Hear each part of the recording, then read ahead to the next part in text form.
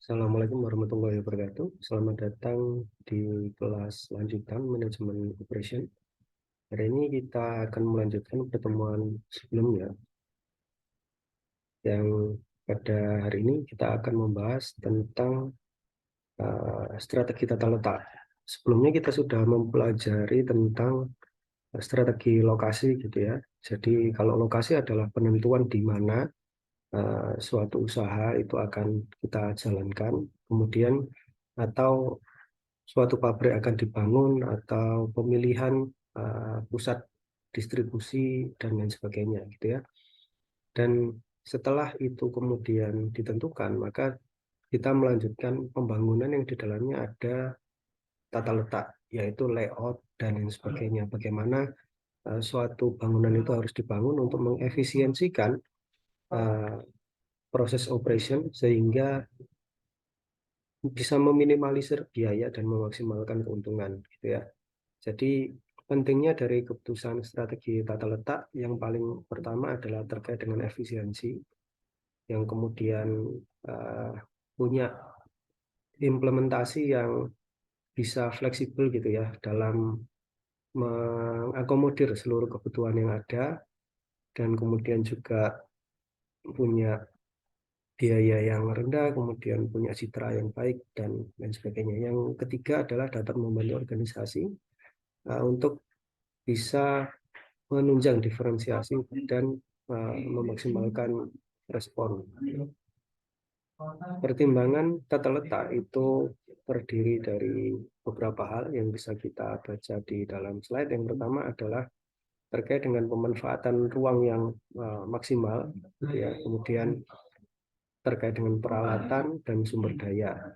Kemudian bagaimana tata letak itu harus bisa meningkatkan aliran informasi, bahan baku ataupun bahan apapun itu, dan juga manusianya.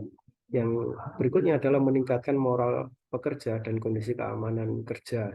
Jadi contohnya itu misalkan lokasi pengawas gitu ya, atau lokasi dari supervisor itu ada di mana sehingga secara psikologis mereka merasa diawasi gitu. Kemudian meningkatkan aliran informasi itu yang sebelumnya ya, yang di warna kuning ini terkait dengan misalkan kita punya tim yang bekerja antar divisi gitu ya. Ketika lokasinya itu saling berjauhan, tidak berdekatan dan sebagainya, maka akan menyulitkan mereka untuk saling berkomunikasi. Kalau dekat kan tinggal teriak dan lain sebagainya. Tapi kalau jauh harus jalan dulu atau mungkin sekarang pakai messenger menunggu respon dan lain sebagainya. Oke, kemudian yang berikutnya adalah terkait dengan meningkatkan interaksi dengan pelanggan, kemudian terkait dengan fleksibilitas untuk dapat melakukan perubahan-perubahan yang tidak kemudian harus merubah layout secara keseluruhan gitu ya. Jadi ruangan itu bisa fleksibel gitu. Misalkan dibangun dengan semi permanen ataupun yang lainnya. Oke. Kemudian jenis-jenis tata letak. Untuk tata letak kantor itu harus uh, mengoptimalkan kedekatan antar satu divisi dengan divisi lain. Jadi antar pekerja itu harus mudah untuk saling berkoordinasi ya, karena kalau kantor itu kan yang paling banyak adalah SDM manusia gitu, berbeda dengan pabrik. Yang berikutnya toko eceran. Kalau toko eceran itu adalah bagaimana layout itu bisa mengarahkan pelanggan untuk melewati barang-barang yang memiliki margin yang tinggi ataupun barang-barang yang berharga terlebih dahulu gitu ya, atau pokoknya pasti itu akan dilewati gitu ya, sehingga potensi untuk barang itu terjual itu lebih besar. Dan terkait dengan gudang, gudang itu terkait dengan bagaimana mereduksi biaya, bagaimana penanganan dan lain sebagainya. Kalau untuk project tata letak itu adalah terkait dengan operation ya, jadi perpindahan, penyimpanan dan lain sebagainya. Terkait dengan job shop, terkait dengan uh, aliran material juga gitu, karena ini kan berupa jasa gitu ya. Kemudian yang berikutnya adalah terkait dengan sel kerja. jenis tata letak sel kerja gitu ya. Kalau tadi kan jenis tata letak proyek, jenis tata letak job shop, kemudian berikutnya adalah jenisnya model sel kerja gitu ya.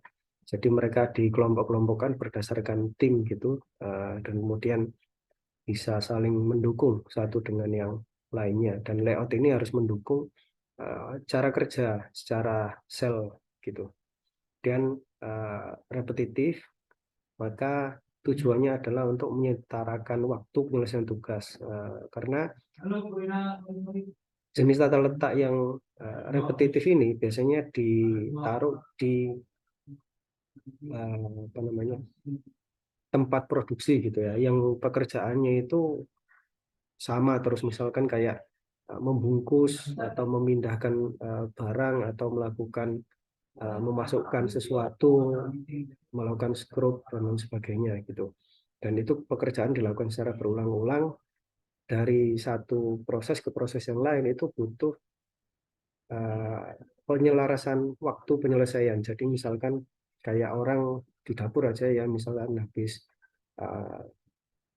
yang pertama adalah bagian untuk memotong. Setelah dipotong, kemudian dikasih bumbu. Setelah dikasih bumbu, kemudian digoreng gitu ya. Maka jeda waktu antar satu dengan yang lainnya itu harus punya keselarasan. Kalau enggak, nanti akan terjadi penumpukan di salah satu line gitu. Oke. Nanti kita akan bahas lebih lanjut di slide-slide berikutnya. Oke. Terkait dengan tata letak yang baik, dia harus memiliki perlengkapan yang baik untuk menangani material. Kemudian kapasitas ruangan yang diperlukan itu ya sesuai, tergantung pada jumlah personel, mesin, dan lain sebagainya. Kemudian punya estetika yang sesuai dengan konsep yang diharapkan, kemudian punya aliran informasi yang baik, punya biaya pergerakan yang rendah, misalkan kayak tempat produksi tadi ya, antara tempat pendingin, misalkan tempat penyimpanan di dapur gitu, tempat penyimpanan menuju ke tempat defrost, kemudian tempat pemotongan dan sebagainya, itu jaraknya tidak terlalu jauh. Ketika jaraknya jauh, maka dia akan membutuhkan tenaga yang lebih banyak gitu ya. Dan setiap tenaga yang dikeluarkan itu adalah biaya gitu. Oke. Dan terkait dengan tata letak kantor yang tadi di awal kita sempat bahas, jadi dia harus ada pengelompokan pekerja, kelengkapan, kenyamanan, keamanan, pergerakan informasi, kemudian ciri khas utama tata letak kantor itu adalah aliran informasi, di mana satu divisi atau satu individu dengan individu lainnya bisa untuk ber eh, berkomunikasi ya. Nah, karena awal dari informasi itu kan dari komunikasi yang kemudian diolah dan lain sebagainya. Jadi aliran komunikasinya harus bagus gitu. Jadi yang divisi A itu harus dekat dengan divisi apa itu, maka harus dikelompokkan sesuai dengan bidangnya.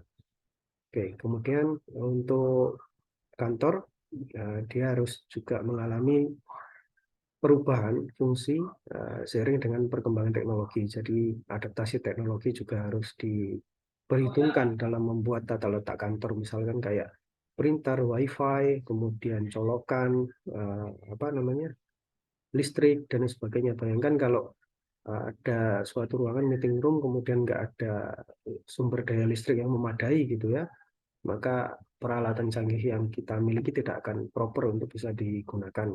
Kemudian terkait dengan uh, tata ruang di kantor masih perlu pendekatan.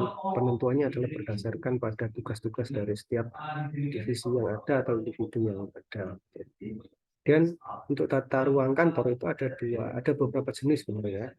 Salah satu dua di antaranya contohnya adalah ruang kantor terbuka dan ruang tertutup gitu ya. Kalau ruang terbuka itu banyak orang ini dalam satu ruangan terlihat, dan biasanya di sebelah sini itu adalah pimpinannya, kemudian di depan itu berjajar bawahannya dan sebagainya, dan ini sangat fleksibel. Kalau ruang tertutup ini ya satu orang satu ruangan gitu ya. Kemudian dalam menentukan tadi kita sempat bahas divisi A harus berdekatan dengan divisi B dan sebagainya. Contohnya adalah misal kita punya dealer gitu ya, maka di front office itu harus letak dari front office itu harus berada di uh, showroom misalkan ruang pamer gitu ya, ruang pamer kemudian harus ada front office-nya di dalam front office itu apa kemudian ruang pamer dan front office ini harus dekat dengan apa ruang tunggu di dekat ruang tunggu front office dan apa showroom itu harus ada toilet kemudian di dekat situ juga harus ada namanya apa namanya pantry untuk menyediakan kudapan makanan dan lain sebagainya ada dealing room dan lain sebagainya maka itu adalah persyaratan yang kemudian dikelompokkan. Ini ada kodenya A, E, I, O, U, X, ya, absolutely necessary. Kemudian ada especially important, kemudian ada important, kemudian ada ordinary, oke, dan lain sebagainya. Yang kemudian ini punya nilai masing-masing gitu ya, yang akan dimasukkan. Dan ini kita akan dibantu dengan alat analisis. Ada software AtLab ataupun kita juga bisa pakai model Core Lab menggunakan Excel gitu. Jadi kita akan buat semacam ini, kemudian kita berikan kode CEO dengan Chief Marketing Officer itu apakah harus berdekatan atau tidak. Kemudian yang di sini Chief Marketing Officer dengan desainer area itu harus dekat apa enggak? Oh, absolutely, berarti ada harus saling berdekatan dan lain sebagainya. Nanti kita akan ketemu layout yang model seperti ini. Oke, kemudian tata letak toko eceran. Jadi toko eceran itu harus membuat strategi bagaimana konsumen itu bisa melewati seluruh barang yang dia jual gitu ya. Dan tujuannya apa? Ketika barang itu semakin banyak dilewati, maka akan semakin tinggi peluang dari barang itu akan terjual. Nah, eh, kita lanjut aja. Jadi biasanya tata letak toko eceran itu barang-barang yang punya nilai tinggi itu lebih baik diletakkan di samping-samping sini, terutama yang ada di pojokan. Jadi di pojokan itu adalah tempat-tempat yang punya nilai tinggi karena orang pasti akan berjalan sampai ke sudut-sudut jalan dan mengitari ke pinggir-pinggir gitu ya. Itu adalah tempat yang paling baik. Jadi kita akan bisa membuat jalan utama, jalan yang sempit dan lain sebagainya. Sehingga orang itu secara tidak langsung tanpa kita suruh maka dia akan berjalan mengikuti alur yang kita sudah setting gitu ya. Dan barang-barang yang punya margin tinggi itu harus diletakkan di tempat-tempat yang paling banyak dilewati orang-orang. Itu. Oke, kemudian yang berikutnya coba kita lihat apa yang ada di dalam slide ini. Jangan perhatikan mbak-mbak kasirnya ya, tapi perhatikan barang-barang yang ada di belakangnya. Jadi ada yang namanya retail slotting yang dimana orang atau supplier manapun yang kemudian barangnya dipajang di etalase yang depan ini, itu mereka bayar gitu ya. Jadi ini bukan hanya untuk tempat yang menaruh barang dijual gitu ya, biar oh nggak hilang dan lain sebagainya. Oke, yang pertama memang biar nggak hilang gitu ya. Tapi yang kedua sebenarnya ini tuh dijual, maka di sini ada promo eksklusifnya kayak LA dan sebagainya ini di bawahnya dan macam-macam yang ada di sini. Ini mereka itu harus bayar untuk bisa didisplay di sini karena ini adalah lahan iklan gitu ya, lahan marketing.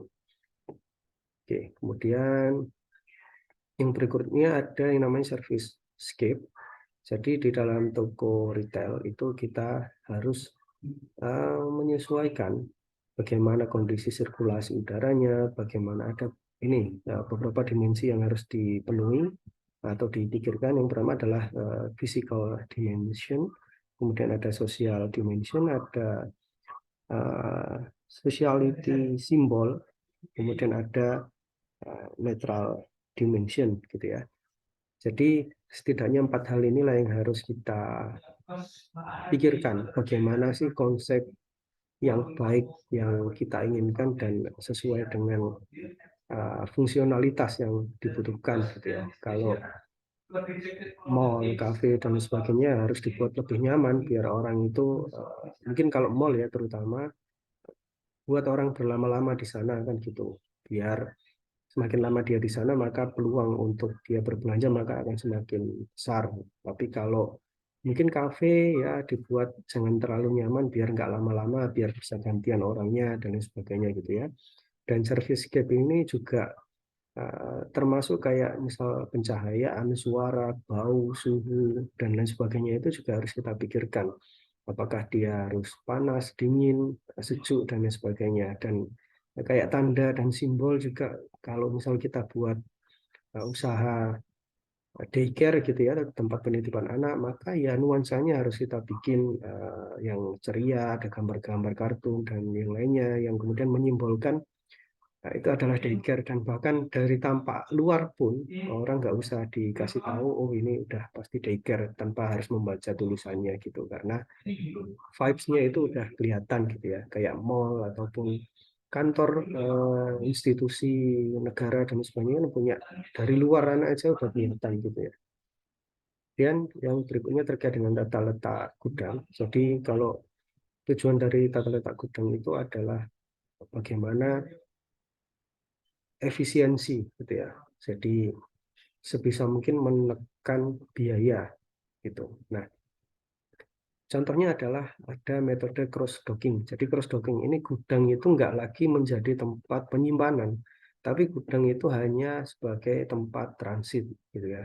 Bagaimana caranya gudang ini yang kemudian ini adalah inbound datang gitu ya dari suatu wilayah misalkan ini adalah eh, kan biasanya satu jenis itu ya misal kita ngomongin hasil pertanian yang ini adalah pisang maka satu truk isi pisang semua yang ini adalah melon yang ini adalah pepaya yang ini adalah alpukat misalkan dan gimana caranya mereka ini bisa datang bareng jangan sampai ada delay yang satu nggak datang kenapa karena nanti akan berefek ke outbound-nya begitu ini datangnya bareng diturunkan ke sini dan ke sini sesuai dengan jenis produknya. Kemudian di line berikutnya kita akan langsung mengemas ini dalam satu paket. Misal ini tujuan ke Jogja, Surabaya, Malang, kemudian ini adalah Surabaya misalkan.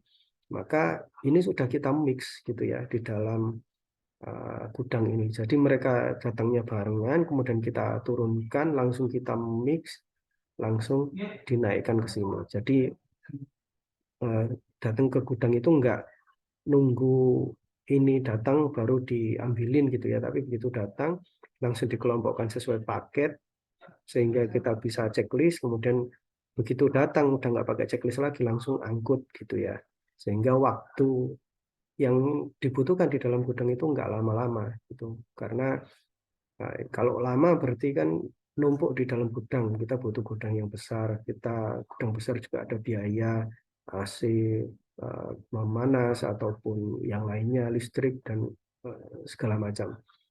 Jadi gudang itu orientasinya jangan menjadi tempat penyimpanan, tapi orientasinya adalah tempat transit, gitu ya. Sebisa mungkin kalau bisa malah nggak ada gudang gitu.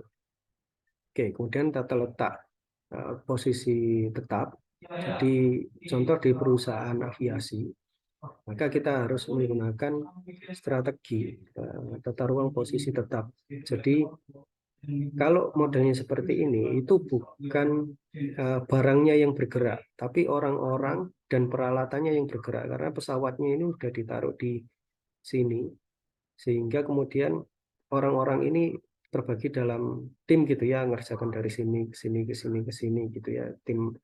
Nah, di sini bagian tim pengelasan, maka dia punya satu set alat las gitu ya, kemudian dibawa ke sini, pindah-pindah-pindah dan sebagainya. Jadi nggak perlu satu ini kemudian punya satu alat las, di sini punya satu alat las, yang akhirnya kan pemborosan. Ketika itu dipakai oleh tim, maka tim ini akan bergerak mengerjakan beriringan dan alatnya itu ya cuma itu. berdasarkan timnya gitu ya, pasang ban, pompa ban dan lain sebagainya. Jadi akan lebih efisien karena barangnya juga besar, maka yang bergerak adalah orang-orangnya. Oke, kemudian tata letak berorientasi proses ini contohnya adalah rumah sakit gitu ya. Jadi ini berorientasinya pada proses. Maka kita lihat ini ada kamar operasi, kamar radiologi dan sebagainya. Ini yang ada, yang di tengah adalah apa? Yang di tengah adalah laboratorium gitu ya.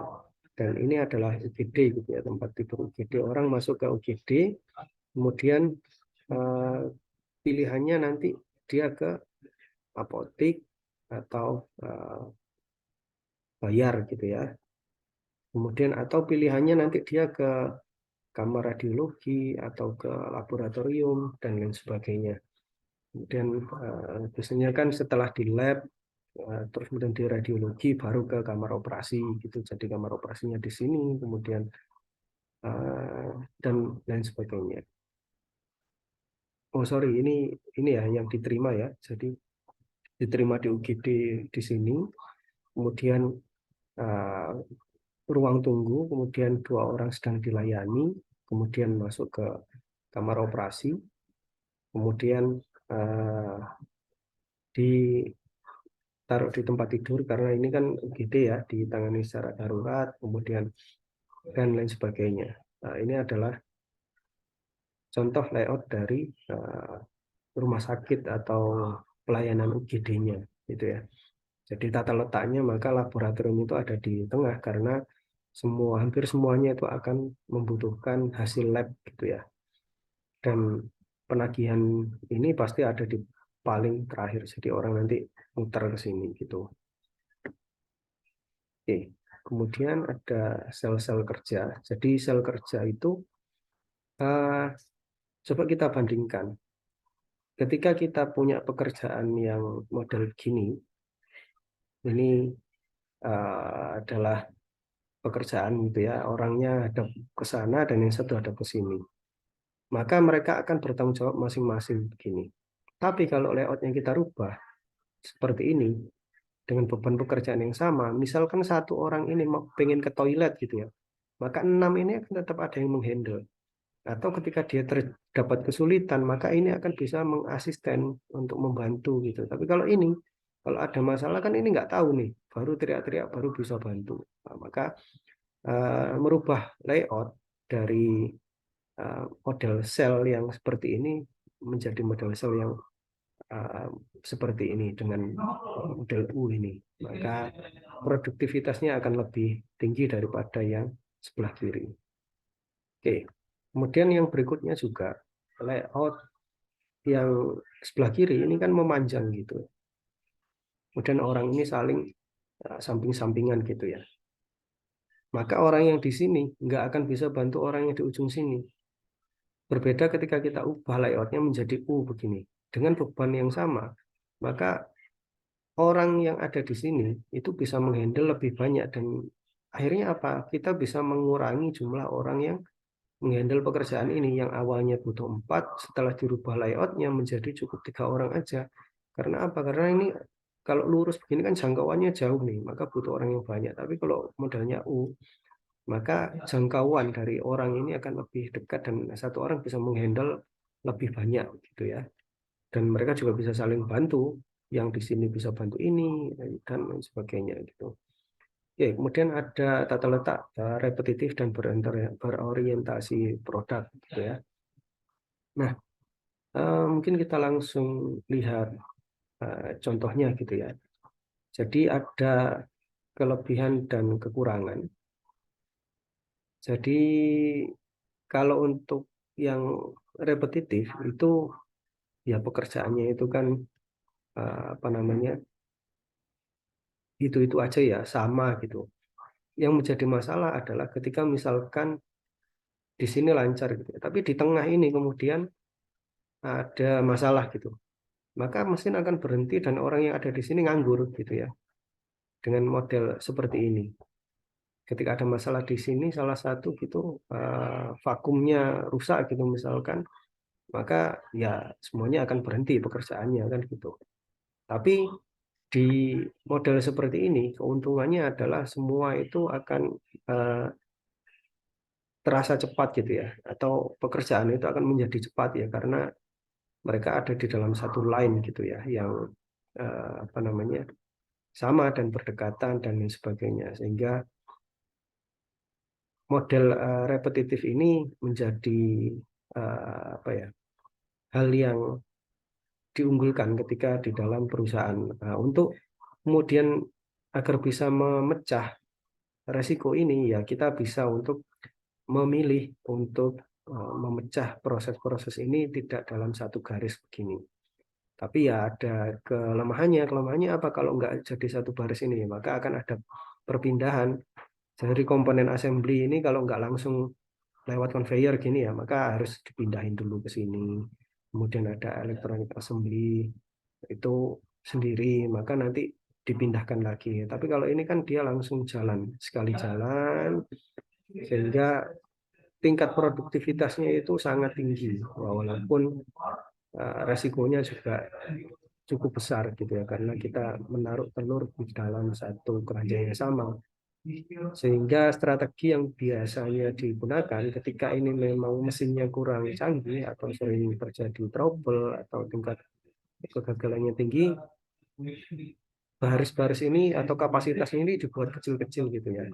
Tapi dia tetap satu line, kemudian ada line berikutnya, line berikutnya, line berikutnya gitu yang secara kapasitas mungkin tidak terlalu besar, karena kalau kapasitasnya besar tapi mesin ini kemudian terjadi masalah kemudian berhenti, maka produktivitas kita akan terganggu secara signifikan gitu. Mungkin itu yang bisa kita pelajari di hari ini. Kita lanjutkan di pertemuan berikutnya. Saya akhiri, terima kasih. Assalamualaikum warahmatullahi wabarakatuh.